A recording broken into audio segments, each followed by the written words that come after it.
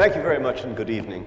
I could imagine that many of you would consider the ability to improvise in the style of Mozart as rarefied and as intrinsically useless as the ability to improvise versus an iambic pentameter. To be sure, there was a time when it enjoyed its heyday, and indeed the feat might be one that could be rather amusing, entertaining, even astonishing, but its practical uses seem somewhat, shall we say, illusory. I hope to change your mind this evening, and in so doing, I can promise you that the evening will end with some live improvisation. But what I'd like to do is to blend the riskiness of speaking extempore in music with giving you a thorough background in the documentary evidence that we have of the centrality of improvisation in the creative persona of Mozart. And some of you probably know that Mozart improvised his cadenzas and piano concertos, that he often improvised embellishments in pieces of his that he performed, and indeed that no public concert of Mozart was complete without a standalone solo improvisation. Indeed, there is a famous passage from one of the first biographies of Mozart by Němeček, in which he said, "We did not know what to admire more, the invention of the music or the beauty of how it was performed. But when Mozart at the end regaled us with a 20-minute improvisation, our feelings were transformed into pure enchantment." We cannot, of course, bring any of that back, but we can see actually quite a bit about the nature of Mozart as an improvising spirit. And so, without further ado, I'm going to start to adduce some evidence, most of which will be presented in the form of reproductions of Mozart's manuscripts, which are always rather entertaining to look at, because he writes generally with elegance and only rarely with sloppiness. So let's first go to the first slide, which is number 2. And I'd like to show this to you. This is a very, very odd piece of music. I actually played it live on the BBC in the Mozart orgy last year. The manuscript that you see is quite obviously full of very rapid passages. This is, however, not a piece written by Mozart. This is in his 16-year-old handwriting. And what it is an elaborate decoration of a piece by somebody else which has yet to be identified. So what it shows you is that Mozart, as a creative exercise, is writing down the kind of decoration that he would aspire to applying to works by himself and other people extempore. Now, what's interesting about it, I'll play a little bit of it for you so you get a bit of a taste for what I think you'll agree is most definitely not a piece in Mozart's style.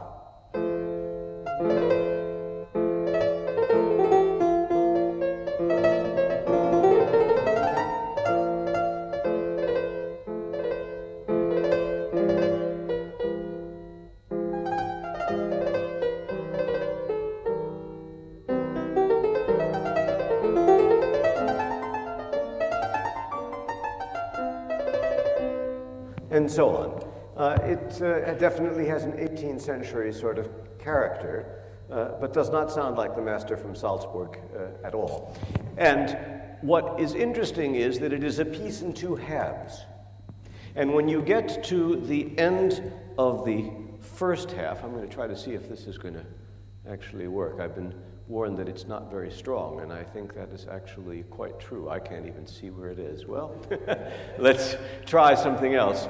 If you count the staves from the top, which are in pairs, the 4th pair has a first bar, and if you look carefully, you'll see a double bar with repeat signs. And that bar, which I will play for you,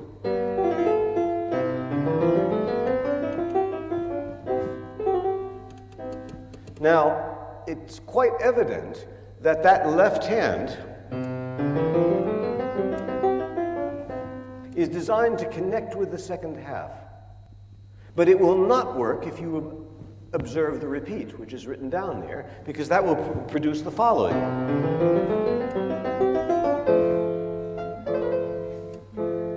This has led to people saying, well, Mozart made a mistake, and what we need to do here is to create a first ending and a second ending. The first ending, which is not there, will then lead us back to the beginning. They miss the point. What Mozart is writing out here is, of course, not the entirety of the composition, but only the decoration of the repeats. And hence, when he takes the piece through its second iteration of the first half, his decoration will connect to the second half undecorated, which will then be followed by a repeat in the second half. So a little bit of philological intuition is necessary even to make sense of some of these documents. Anyhow, as you can see, there are a lot of hemi-demi semiquavers on the page, and it shows that Mozart is almost overreaching himself in the exuberance of his imagination. Let us now go to the next transparency, please. And here we are going to be observing a work from Mozart's full maturity. This is the second movement of the C minor piano sonata, written for Teresa von Trautner. And this manuscript shows us that one of the most profound ways of approaching the use of improvisation in music of this period has to do with that crucial distinction between Kenner and Liebhaber, connoisseurs and amateurs. Amateurs in the best sense, that is, well-trained musicians with the tutelage of fine teachers, but without that extraordinary creative spark. And this distinction is one that was well defined in the 18th century, long before Mozart came on the scene. Many of you will recall that one of Bach's sons, Carl Philipp Emanuel Bach, wrote a series of sonatas for connoisseurs and amateurs, Sonaten für Kenner und Liebhaber, implying that his music would straddle the boundary between the experts with deep feeling and imagination on the one hand, and those who were well-schooled. C.P.E. Bach also wrote a series of sonatas with varied reprises, and in those pieces, what he proposed was to tutor people in the art of decoration at repeats by eliminating the repeats and writing them all out with inherent decoration. You see, Mozart's 16-year-old attempt can be understood under the guise of C.P.E. Bach's idea of sonatas with varied reprises. Now, when he writes this sonata, he writes it down not thinking immediately about the requirements of his talented pupil, but rather writing it down as he would use it in a performance. Now, what, you might ask, is the distinction? Well, let's take a look. This is a rather good reproduction of this piece. And if you look at it, you see very, very cleanly his methodical handwriting. And if, again, you count the braces in pairs of staves, and you get down to the fourth of these staves, you will note that he writes the following. This is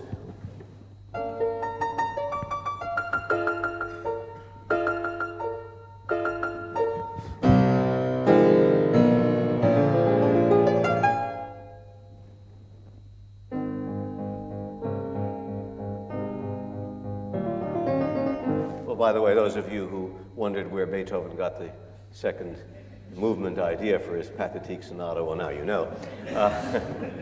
Beethoven did that with quite great regularity. As a matter of fact, it was his homage to Mozart. In between that gap, we see in the typical way that Mozart writes, da capo, from the beginning, 7 bars.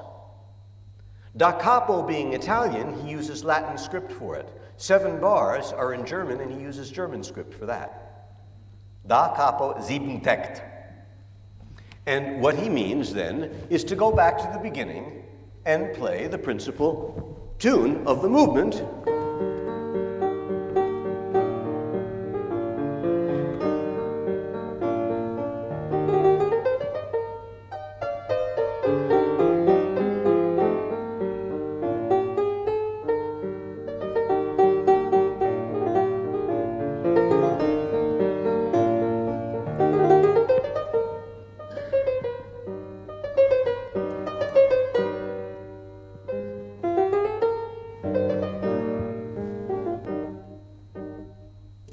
Now, had Mozart died before this piece were published, and had it not been written for a pupil of his, the 2 reiterations of this principal music, when they came later in the piece, would have followed this prescription, and the engraver would obediently have reproduced exactly the tune as it appears at the beginning of the piece. And we, looking at this printed score, would assume that Mozart wished this tune to be reiterated literally, without the slightest alteration, all 3 times, because that's the way he wrote it down. Well, you see here that he did not write it down. And we get to the wonderful distinction between connotation and denotation. He appears to be denoting the repeat of the tune. But what is the connotation of this? I leave this on the table for a moment because I also want to point out that you will see in the next to the last brace, in the final bar, there are connective passages which are very, very lightly penned and are quite vague. We shall see what the significance of that is in a moment. Could we have the next slide, please? This is the continuation of the same movement. And you will notice it's cut off because I haven't reproduced quite the entirety of the leaf. But if you look at the end of the second pair of lines, you can see again da capo. And once again, Mozart refrains from renotating the initial theme and simply leaves the space for it. And what follows, there's a large sharp, as you can see, in the beginning of the 3rd brace, and that's a cue sign, telling you to skip back here once you have played the initial tune. So there are 2 reprises in addition to the initial statement of the tune, and Mozart does not write them out. Now, if you follow a little bit further, and we look just under da capo, which you can see at the right, between the 3rd and the 4th staves, you'll see the following. There's a B flat in the right hand, which goes down to a G in the lower staff, and there's a funny sort of curved line, like a slur, that seems to be connecting them, which goes like this.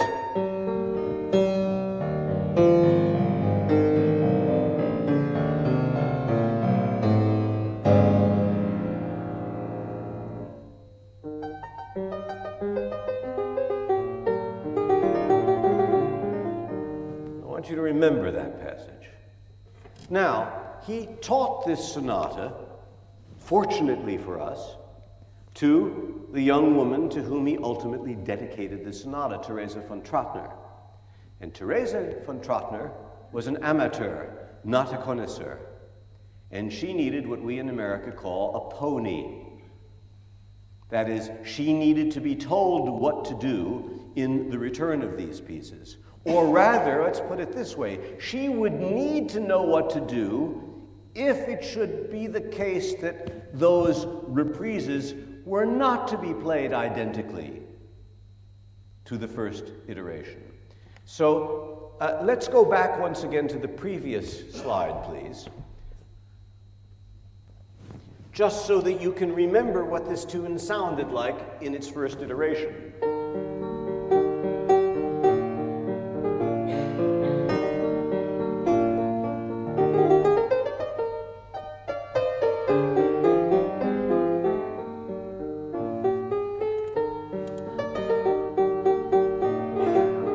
notice already there's a bit of decoration going on there. And the bit of decoration will sound creative in the context of growing out of the initial undecorated impulse.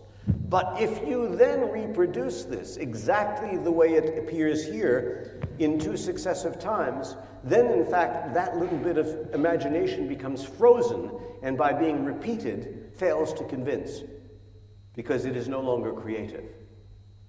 Now let's skip past the second slide and go to the third one, if we may. And now we see a leaf of music paper tipped into the manuscript of the C minor sonata. And in the upper margin, you will see in German script, bei der ersten Reprise, at the first reprise of the tune. And then if you go down 2 braces, you will see he says, bei der zweiten Reprise.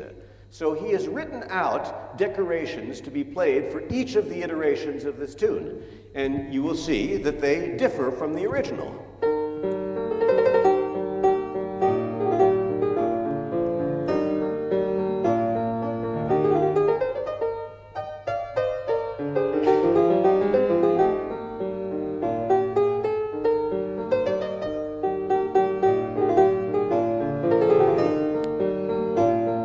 And so on.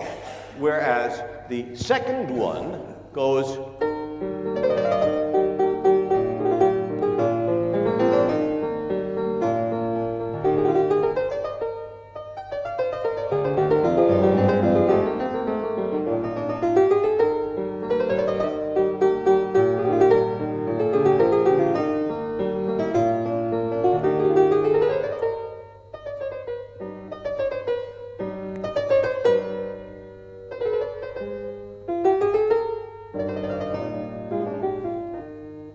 Now, this is a veritable treatise in ornamentation, as you can see, and you can see what a precious document it is, indeed, to have this and to realize that when Mozart therefore writes da capo 7 measures, he means the substance is to be reiterated, but the surface of the piece is to be deepened by decoration. For all of the treatises are unanimous in this fact that the purpose of decoration is to deepen the expression of the piece. It is not to show off your finger virtuosity.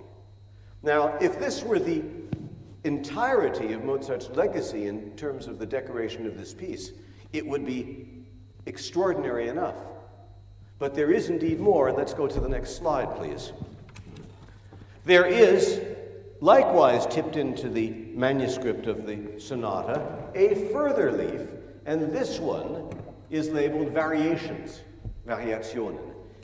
This is a different set of decorations from the one that we just saw. It overlaps with them to some degree, but one of the things that's particularly fascinating is if you look carefully, you'll see a plethora of dynamics, pianos and fortes, which weren't either in his manuscript of the sonata or in his previous suggestion of decorations, from which it emerges that dynamic coloration is as much a part of embellishment as adding notes.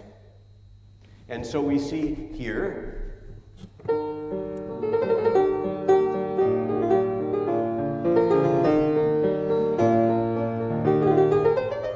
once again,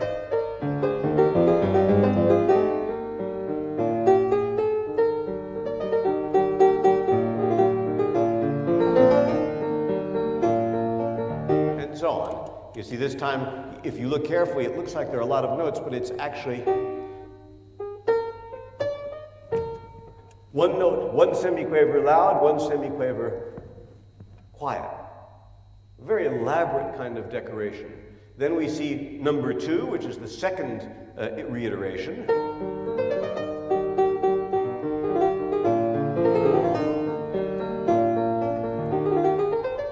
And so on. But what we also see on this page is number 3, and in number 3, he provides a great deal of decoration to the final section of the piece. So whereas before we heard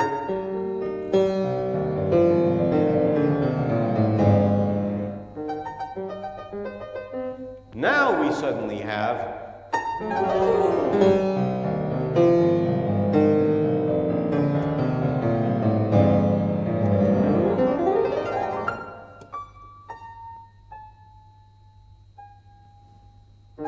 So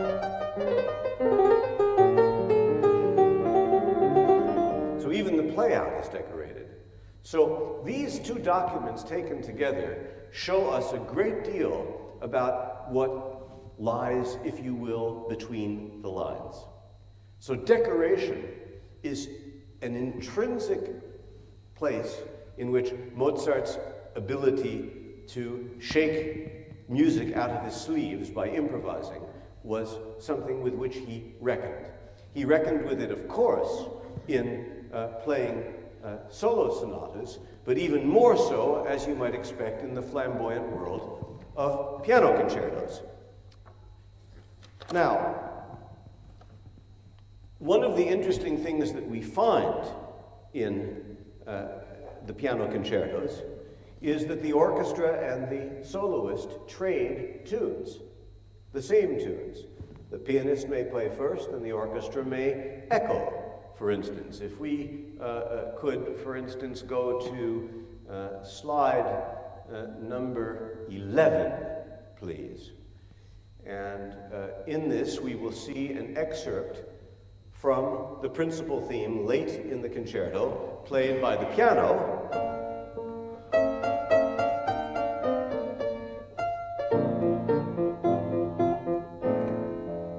to which the orchestra responds.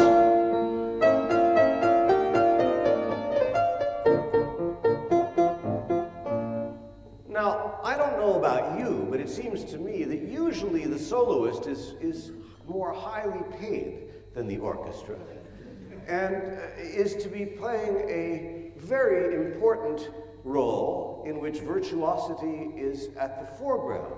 So it would seem rather strange for the soloist to be outplayed in imagination by the orchestra.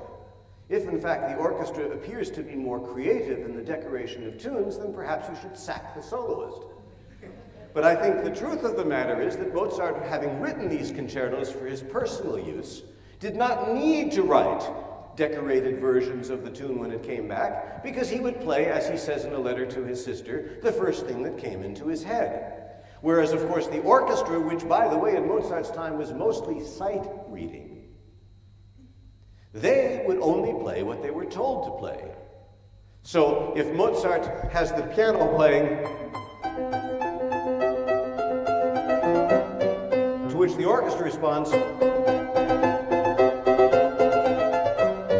you should be thinking there's something wrong with that picture, you see. But in fact, it's not wrong if you understand the language of Mozart's notation as a private one for himself. It's a scaffolding. Whereas the orchestra, on the other hand, needs, again, to be told what to do. Now, one of the proofs that we have that orchestras did not rehearse, if any of you are familiar with what orchestral parts look like in orchestral scores, you'll know that either the measures, the bars, are numbered throughout the piece, so the conductor could say, bar 225, please. Or it will have letters, and will say, could we start 6 before letter B?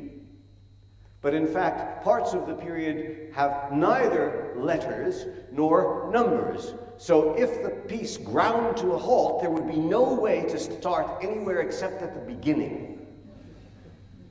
So one wonders about some of the concerts in those days. They could have been very, very adventuresome. Now, I'd like to go to, I believe, the next slide, number 12, please. And here we are indeed again in the world of the piano concertos. This is the D major piano concerto, K451, the slow movement in G major. And in reproducing the orchestral score, I have to point out to you that Mozart's ordering of instruments is quite different from the one that we know today. So in order to make sense of what you're looking at, be aware of the fact that the top 3 staves, the ones with the quavers being repeated, are those of the first and second violins and the viola. Underneath them, solo flute, solo oboe, solo bassoon. Then there is an empty staff. The 2 staves of the piano are 4th and 3rd from the bottom, followed by the orchestral bass. Now, it's a very interesting order of instruments. This is not about improvisation, but I just point it out to you. When Mozart is writing a piece with trumpets and drums, then, the drums appear right above the piano, And the basses, the cello basses, appear just beneath. And in every staff in the entire score where he has not prescribed a virtuoso solo obbligato part for the solo piano, he writes col B with the bass, directing that the soloist play continuo, accompany the orchestra. Now keep in mind, the drums, the piano, and the bass, all together.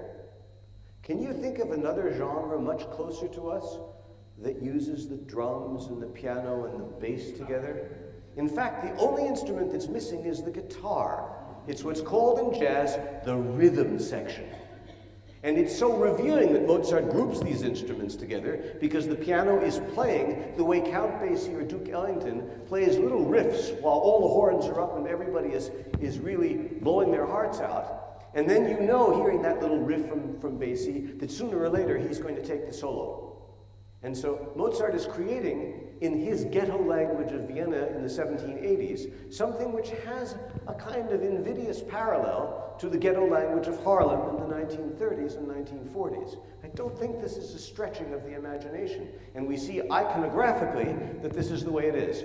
And in this passage, which I like to call piano recitativo, you'll see that the piano has a rather schematic melody accompanied in these pulsating quavers by the strings.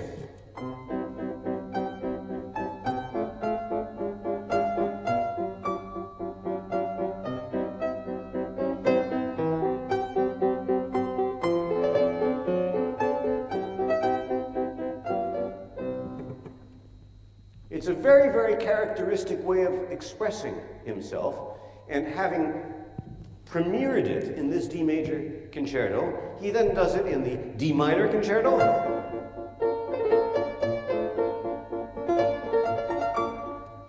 he does it again in the Coronation Concerto, he does it in the final B-flat Concerto. So you see, it is a parlando operatic kind of expression. Now, what is fascinating to me is that no sooner does Mozart send the score, a copy of the score, to Salzburg so that his sister can learn it, and we'll have a good deal to say about Nonrel, his sister, before the end of this hour, because she, it turns out, is a crucial piece of evidence and improvisation in Mozart's creative activities.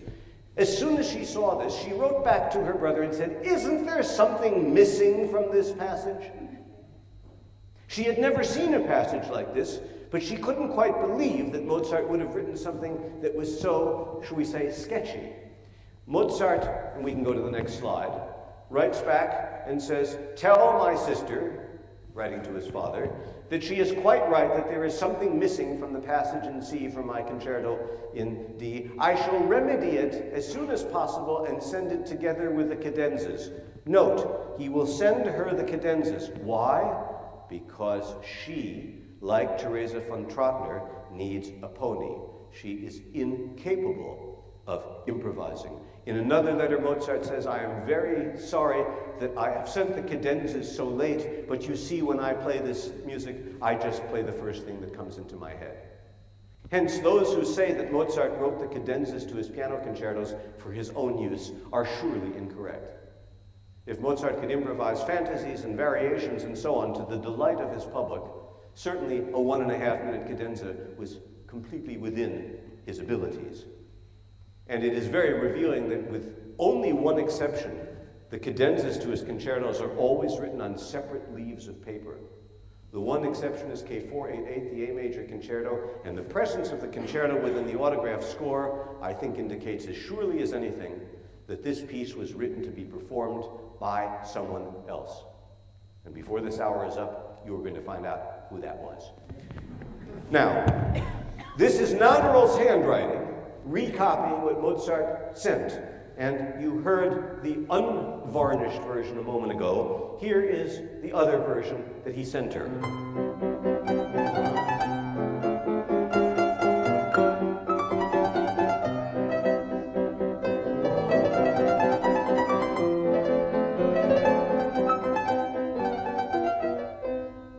So the next time you hear the D minor concerto and you hear someone play,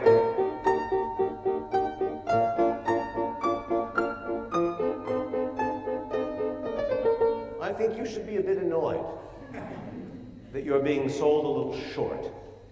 All right, I just mentioned K488. Let us go, please, to slide number 19. And what we are going to see here is a rather extraordinary document. This is reproduced from the critical report of the new Mozart edition, published by Bernreiter. And you will see at the lower right, it says Kirkel 488. And you will see to the left of that the seal of the Royal Library in Berlin, which later became the Prussian State Library and is now the Staatsbibliothek zu Berlin Preußischer Kulturbesitz, which is probably the most complicated name of a library anywhere in the world, the State Library in Berlin of Prussian cultural heritage. And so it shows that this, which is an ornamented version of the second movement of K488, landed in Berlin at the Royal Library. And if it landed in Berlin at the Royal Library, we can be pretty sure that it probably happened through the inheritance of the Mozart estate. So Mozart seems to have possessed, ultimately, this decoration of his piano concerto in the hand of somebody else. And at the time that this was printed in the new Mozart edition, in the critical report, the identity of the writer was not known. And they reproduced the entire manuscript, which, as you can see, presents braces of 3 staves. In each case, staves 2 and 3 of each brace are Mozart's piano part, as he notated it in his autograph, essentially undecorated.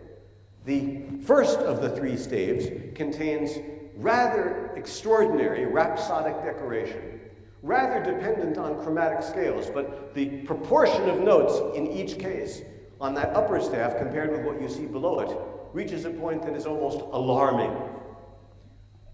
Revealingly, the manuscript does not begin at the beginning of the movement. Therefore, the assumption is that this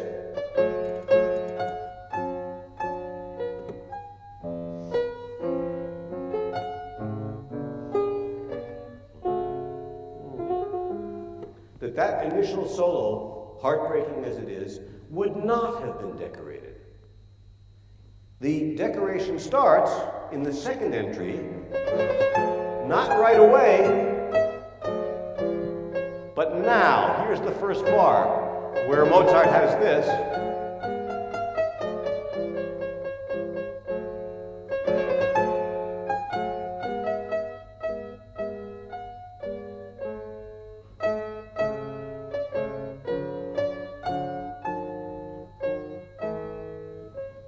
I think we all recognize this, and perhaps many of you are used to hearing this passage played in exactly that way. Let me now reproduce what we see on that top line.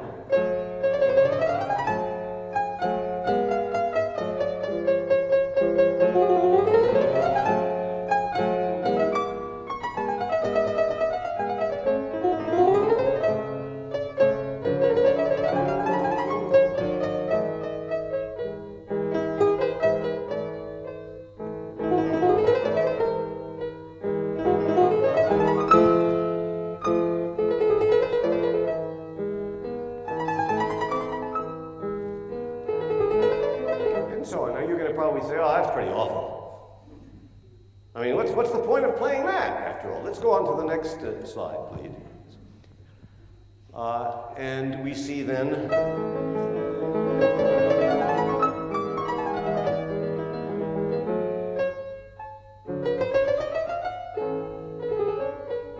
you sort of say, hey, well, that's actually pretty good. Let's follow it a little bit further, and we'll go to the return, which is the second to last brace.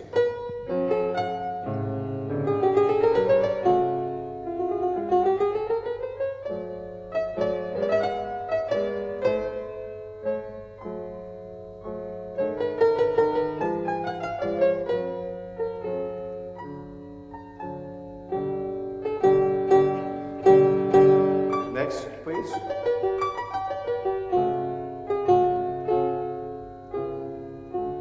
I started saying, hey, wait a minute. That's kind of good, isn't it? Well, I'm not going to draw this out any further. About 15 years ago, the identity of this scribe was revealed. It is the handwriting of Barbara Pleuer. Barbara Pleuer was Mozart's composition and piano pupil for several years in Vienna.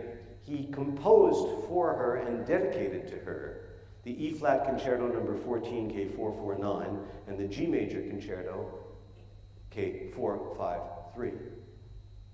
And, for obvious reasons, one would suspect this concerto must have been written for her, else why would she be writing out such an embellishment?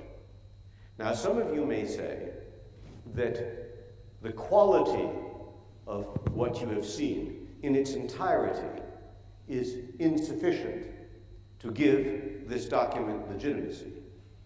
With all due deference, I would say if that's the way you feel, I think you are misreading the evidence. The importance of this evidence is not the qualitative element, but the quantitative one. Barbara Pleuer, even being Mozart's pupil, did not have his genius. She did not have the hindsight of 200 years that we have to gain insights into what is Mozartian and what isn't. But one thing we can be absolutely sure of, she would not have been writing down an embellishment with hemi-demi-semiquavers when Mozart wanted dotted crotchets. She heard him play, she studied with him. What this document conveys to us is the sheer amount of decoration that was taken for granted. And what this shows us, and I find this remarkable, is when you compare Mozart's music then, as he is likely to have played it, with the music of Chopin, who revered Mozart, and whose written scores are filled with cascades of whipped cream, you realize that actually the amount of decoration in these two may have been much closer together than we suspect, the only difference being in one case it is notated and preserved forever, and in the other case it was a more volatile kind of thing. So here again, the relationship between connoisseurs and amateurs, between Mozart's centrality of improvisation as part of his concertos, emerges in documents. If only we had recordings, yes, but the documents tell us things that we might otherwise not have noticed.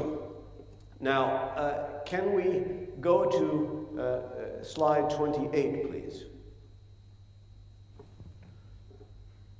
This is a passage from the last movement of Mozart K482, the 22nd piano concerto. And once again, as you would expect, you can see the piano part is the third to the second staves. The bass is on the bottom, the strings are on the top, and the winds are in the middle. And as you can see, there are broken octaves. This is an extremely virtuoso and very demanding passage. And you're going to see what happens on the second page when I get there. I'll cue you, Natalie, let you know when that happens. And we have...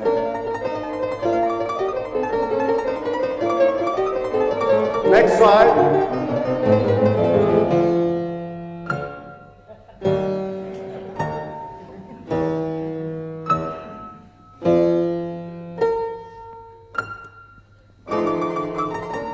I have a recording at home in which the soloist actually plays that and nothing else. But I think, fortunately, these days, people would regard someone who did that as really bordering on the grotesque.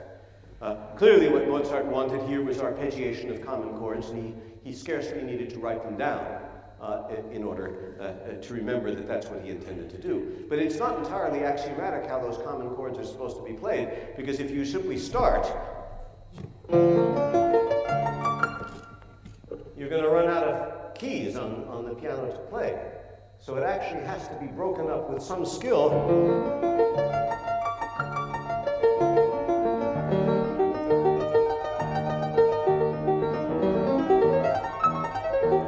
And so on. So it took some planning, but Mozart evidently trusted himself.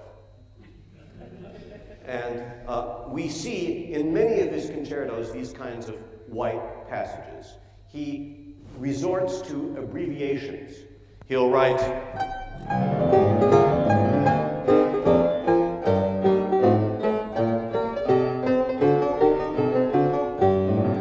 when clearly the scales are supposed to continue.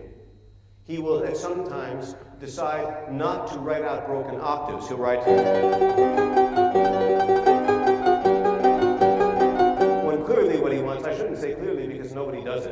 I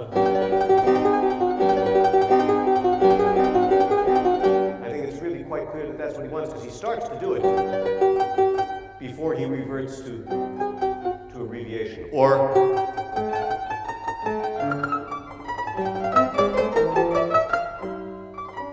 see, it's very strange that in a single line melody suddenly there are octaves, but it's not strange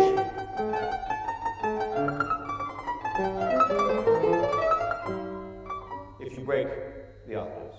So there is a great deal of philological examination in these concertos that can show you some interesting things.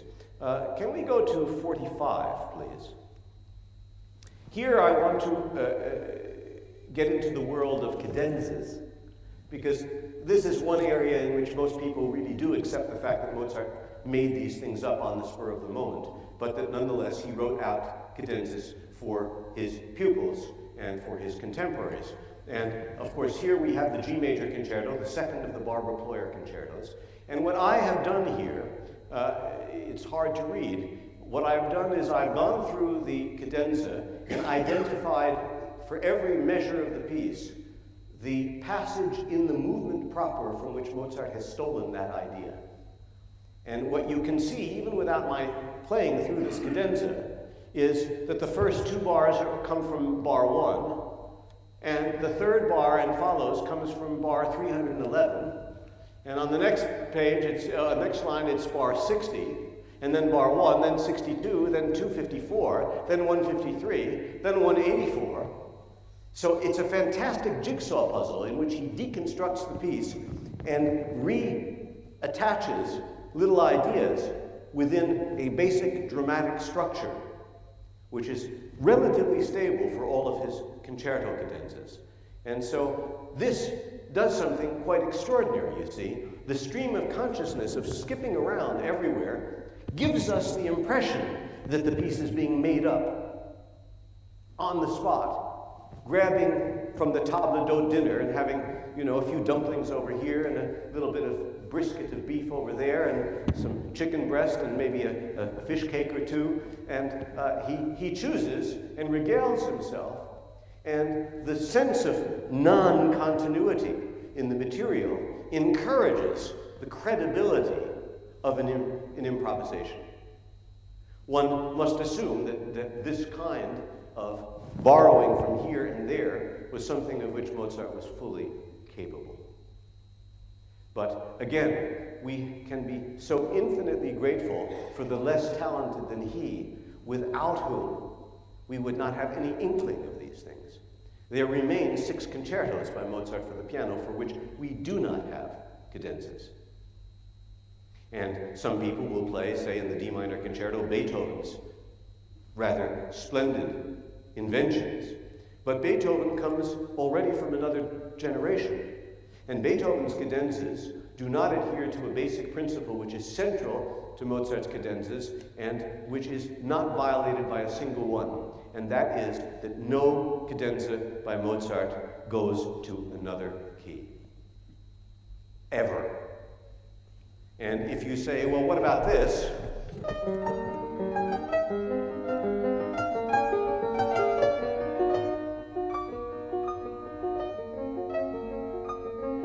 He's in C flat major, you'd say.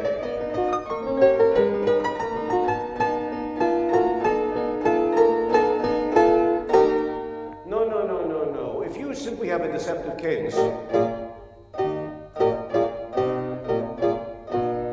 that's simply borrowed from your tonal world. It's a coloration within the basic key. If you went from E flat major to G major, that would be another matter. And Beethoven does this. Beethoven breaks that glass. And when you break that glass and the piece, the cadenza, is free to go to any key, however far removed, the idea of the original cadenza, which was for the voice, and which had to be sung in a single breath, every treatise reviled singers who took more than one breath to sing a cadenza.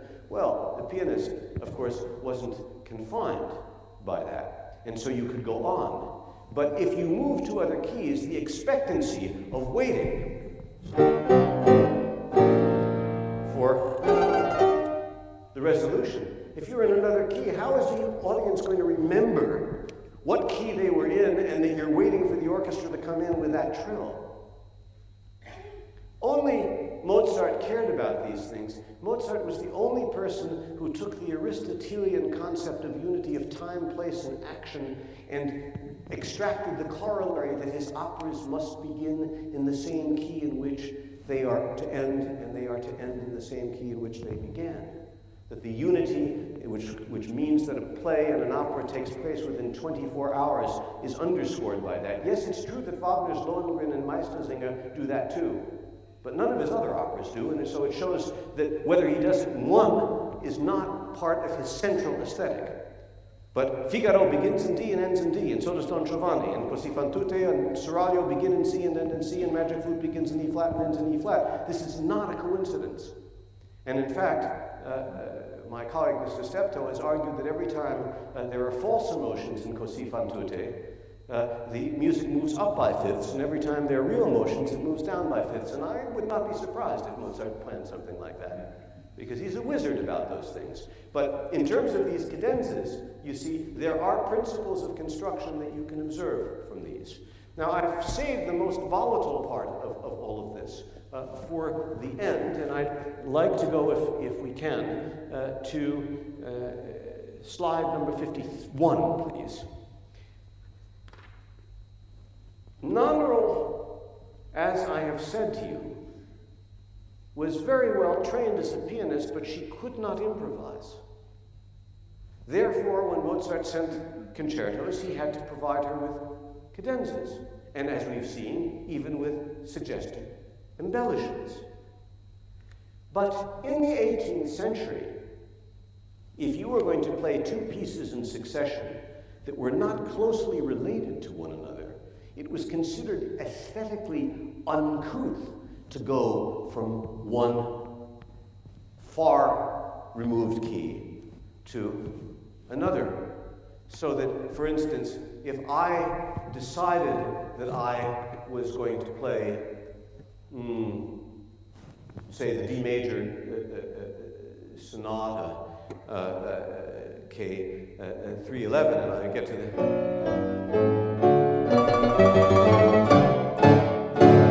it would not be considered proper for me to go on with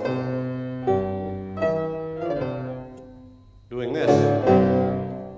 Would be considered an affront to the sensibility of cultivated musicians. What a composer like Mozart would do would be to improvise a modulating prelude, which would take you from one key to the next, like getting on the moving stairway and heading from lingerie to women's sportswear. And this, interestingly enough, is a task for which Nannerl asked help. She wanted Mozart to write out pseudo-improvisations so that she could memorize them and foist them on her audiences as allegedly improvised pieces. And once again, thanks to that fact, we possess something like this. This is the first page of a 3-page modulating prelude, which goes from F major to E minor on this page and continues from E minor to C major on the following 2 pages. And therefore, it could be used in its totality to modulate from F major to C, or it could be split into segments, and she could play pieces in the intervening tonalities. So it was an extremely practical way of giving her a multitude of solutions to a single problem. Mozart writes at the top, revealingly, the basic building blocks of tonality, the common chords in C major of tonic and dominant and subdominant, followed by the same in minor. That is, if you wish, the invocation. Now, what he proceeds to do here in this prelude, and if you look at it very carefully, you will see immediately that it is non-metrical. How many non-metrical pieces by Mozart do you know? This is something really quite extraordinary. But if you ask yourself, we know that there are other composers who wrote non-measured preludes. Louis Couperin wrote them, but then he didn't write with this kind of detail in normal, rational meter. He actually just wrote semi-breves and let you decide what the speed and metabolism was going to be. But there was somebody who did this, and it was Carl Philipp Emanuel Bach, who in his final chapter in the essay on the true manner of playing keyboard instruments discusses the free fantasy, that is improvisation. He says the best way to improvise a fantasy is to take a bass line, which has a clear sense of direction, then put some figures above it, which identify the chords, which will be strong in syntax, and then you can hang the curtains of your imagination on this strong curtain rod. So it can be purely virtuoso passage work, or it can be thematic. And Mozart illustrates this in this prelude, which I'm going to play for you, in which essentially he bases it on this.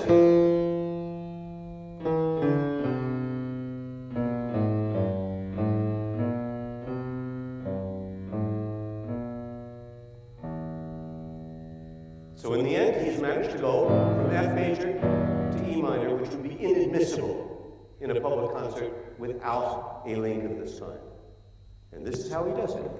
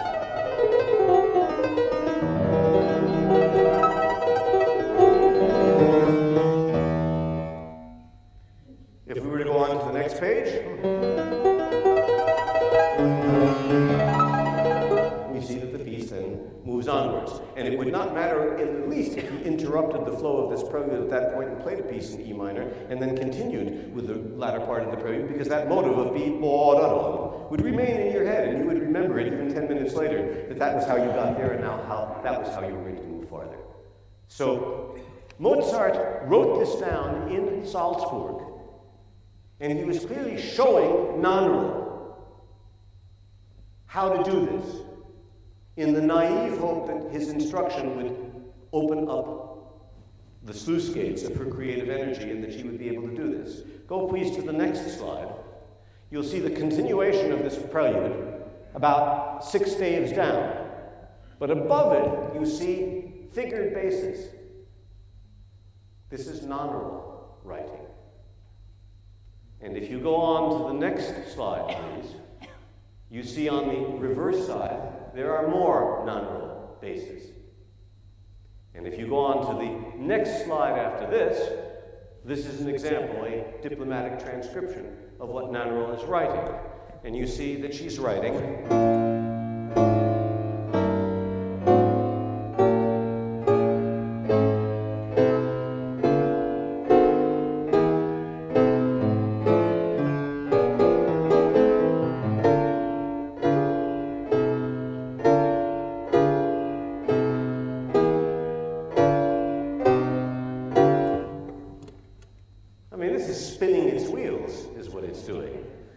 This is not cogent, creative, expressive music. And it shows why she needed to ask her brother to do this. And thank God she asked him, and thank God he did it, because we would never imagine any improvisation of Mozart looking like or sounding like what you just heard. So this is, in a nutshell, a condensed version of many, many documents that we have, which all point, as I say, to the centrality of improvisation in Mozart's creative persona.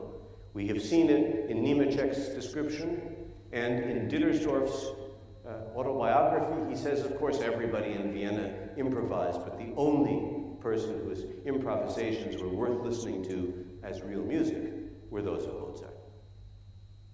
And Mozart is balancing a clear architectural sense with an extraordinary rhythmic fluidity and a flexibility of discourse.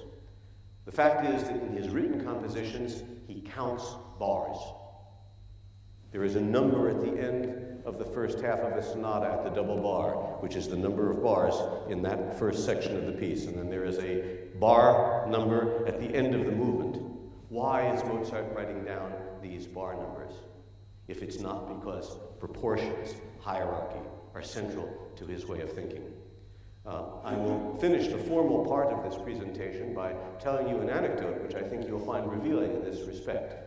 The great Mozart scholar Wolfgang Plath, who was the reigning expert on Mozart's handwriting, he could look at a natural or a sharp and date it to within 6 months based on the calligraphy of how he did it. He said, oh, you see that in such and such a year, he stopped writing the natural with 2 right angles, and he started to do it with an oblique line, and you think, oh my God, this is amazing. He, in Augsburg, and Alan Tyson, his opposite number at All Souls in Oxford, who made a complete inventory of the music paper on which Mozart wrote his music on the basic premise that if, in fact, Mozart wrote 8 pieces on this particular type of paper, and 5 of them are dated, it's reasonable to suspect that the other 3 came from the same period. And that quite reasonable idea has redated some of Mozart's pieces by more than 10 years, which is a third of his creative lifespan. And the fascinating thing is that in Oxford, Alan Tyson, working independently of Wolfgang Plath in Augsburg, have reached about 95% unanimity in their datings. It's a fantastic forensic world. Anyhow, Dr. Plath finds himself staring at a sketch leaf of Mozart's, which has a fair amount of scribbled music on it, but it also has a number of figures that are being added up. And Mozart was fascinated with figures. We know that he used chalk and wrote figures on the walls and on the floors, much to the discomfiture of his parents. He never went to school, of course, for a single day, but there is a sketch leaf by Mozart in which he's playing around with number theory. Can you imagine a person who never went to grammar school who was fooling around with numbers which have 2 factorials and 3 factorials? Now, do you think he's doing it as a hobby, or maybe it has something to do with the way he writes music? Well, Dr. Plath is looking at this sketchbook and the sketch leaf, and he sees at one point on this thing, he sees 3 columns of figures which are being added up. And of course, he's curious. He says, I wonder what Mozart is calculating here. And quickly he becomes unnerved and thinks, how could I possibly know? It was 200 years ago. He could have been adding up receipts from his lessons. He could have been totaling up clothing bills or food bills. I mean, there are any number of things he could have been doing that would be impossible to divine 200 years later. And he was about to give up when he suddenly thought, is there anything that he could be calculating here that I could know? Bar counts. Yes, he could be counting up bars. Now, wait a minute. There are 3 columns, and there are 8, 10, 11 in a column. Can't be a sonata, can't be a symphony or a quartet. They only have 3 or 4. A divertimento would have 5 or 6, not this many. An opera. It could be an opera, couldn't it? 3 columns. 3 acts. Wait a minute, let's have a look at the music on this sketch leaf. I recognize that tune there. That's a piece he wrote in 1782. What Yes, Mozart in 1782 wrote the Abduction from the Seraglio, and it has 3 acts. Let's open it up. First figure, overture. Second figure, Belmonte's aria. Bam! He hit the jackpot. It's amazing, isn't it? That 200 years later he could do that. That is, in fact, amazing. I mean, Plath was a genius of a scholar. But more important than Plath's genius at discovering this is the fact that Mozart is adding up the bar counts of the individual pieces in his opera. He is looking architecturally. He is looking proportionally. These things matter to him. in a way that they didn't matter to a lot of other people. And what this means, of course, is the sense of effortless perfection that we get when listening to a Mozart piece that seems to be absolutely comprehensible by the smallest child, but drives the seasoned interpreter to despair. My dear wife, with whom I play piano duos all the time, the Taiwanese pianist Yafei Chuang, says that she would gladly play the Rachmaninoff Third Concerto 10 times before she'd play a single Mozart concerto, because the Mozart concertos are so much harder. And it may not be a conventional point of view, but those of us who perspire on the stage with Mozart can attest to the fact that it is unforgiving of imperfection. So, having ended now my formal presentation, it seems to me that the proper thing to do is to conclude the evening's offering with an improvisation. And the improvisation, it seems to me, to prove that it is truly being improvised, ought to come from thematic suggestions made, my dear audience, by you. So I'd like to ask if anyone would like to raise a hand and suggest a tune that you'd like to have used in this improvisation. Since it's going to be in the style of Mozart, I would appreciate it being either by Mozart or close to Mozart in its utterance. It could be by Haydn, or if you like, it could be by early Beethoven, but not Berlioz or Beatles or anything like that. It's not really what I have in mind. But are there some volunteers to suggest a tune that you might like? Yes?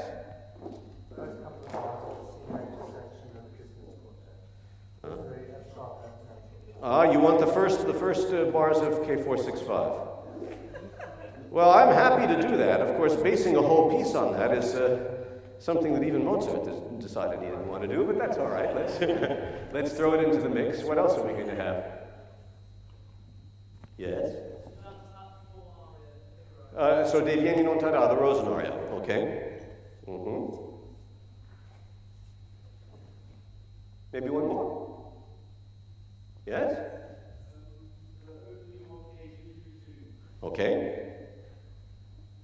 F major. That was very kind of you see, since the De Vieni is also an F major. You know, sometimes if I have far-flying things, I have to separate them. I think under those circumstances, why don't we put K465 in the middle?